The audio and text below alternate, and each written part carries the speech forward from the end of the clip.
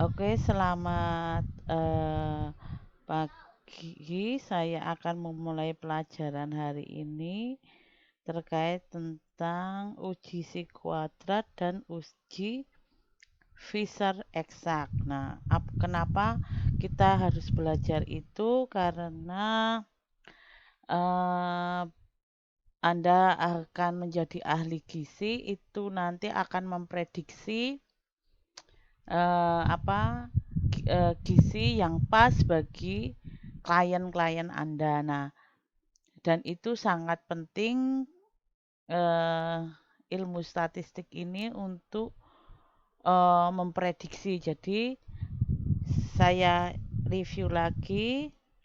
Mungkin Anda sudah tahu statistik itu dibagi dua, to descriptive dan inferensia. Deskriptif ini berguna hanya untuk menyajikan data. Nah, yang diperoleh dalam suatu penelitian.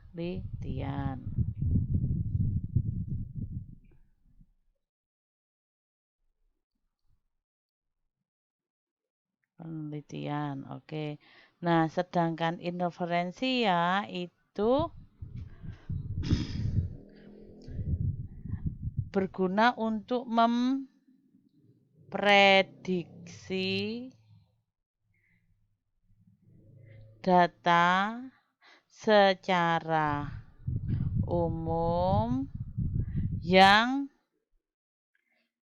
diperoleh dari kita memprediksi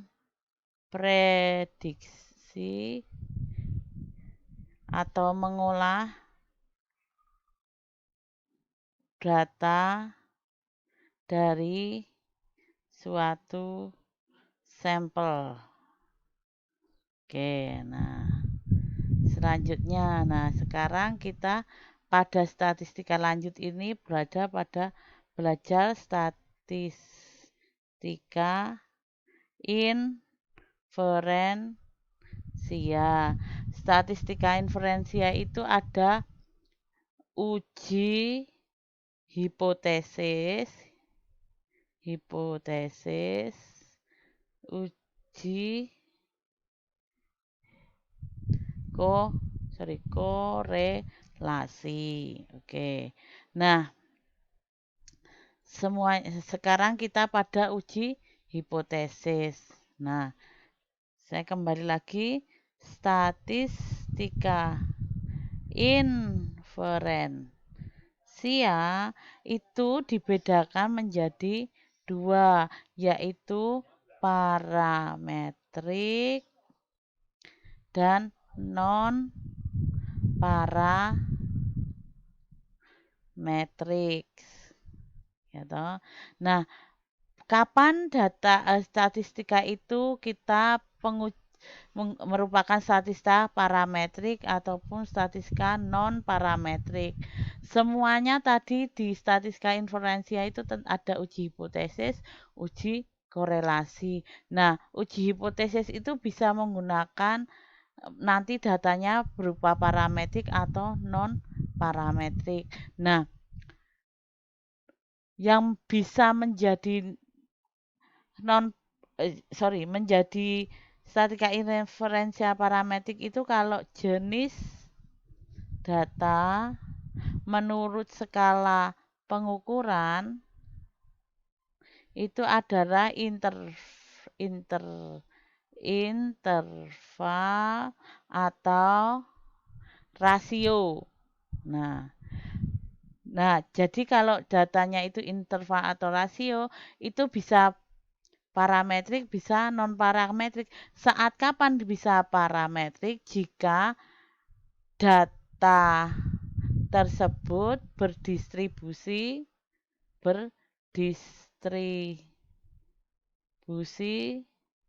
normal. Nah, kalau dia berdistribusi normal, maka itu merupakan statistika inferensia parametrik. Nanti uji hipotesis untuk perbandingan bisa menggunakan uji set atau uji T. Nah, saat kapan kalau statistika inferensia itu dikatakan yang non-parametrik? Jika jenis data menurut skala pengukuran itu satu nominal, jenis data nominal, jenis data ordinal, yang ketiga jenis data interval, 4 jenis data rasio. Jadi semua jenis data menurut skala pengumpulan kalau kita punya penelitian itu bisa masuk non parametrik, tapi dua ini itu mungkin bisa menjadi parametrik. Nah, saat kapan dia menjadi non parametrik? Saat jenis data kedua ini itu tidak berdistribusi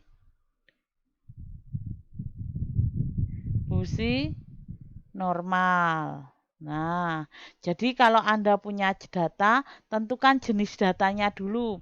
Kalau jenis datanya interval atau rasio, dicek dia berdistribusi normal atau tidak. Kalau berdistribusi normal, maka ujinya kalau uji rata-rata itu menggunakan bisa uji set, uji T. Tapi kalau datanya itu setelah kita uji normalitas tidak berdistribusi normal, maka pastilah dia akan menjadi statistika yang non-parametrik. Nah,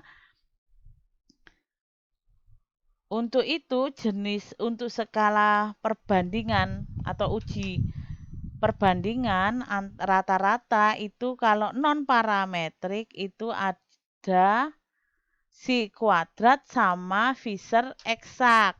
Itu untuk berlaku untuk jenis data nominal. Ya, kalau kan tadi sudah dijelaskan, dapat data penelitian kalau jenis datanya adalah nominal, berarti dia melalui non parametrik. Nah, uji perbandingan atau uji komparatifnya dari dua populasi itu menggunakan uji si kuadrat atau Fisher eksak. Nah, saat kapan kita menggunakan si kuadrat, saat kapan menggunakan Fisher eksak, itu jika data sampelnya itu lebih dari 30, maka menggunakan uji si square. Kalau kurang dari atau sama dengan 30, menggunakan Fisher eksak begitu. Nah, ini sudah saya jelaskan langkah-langkahnya.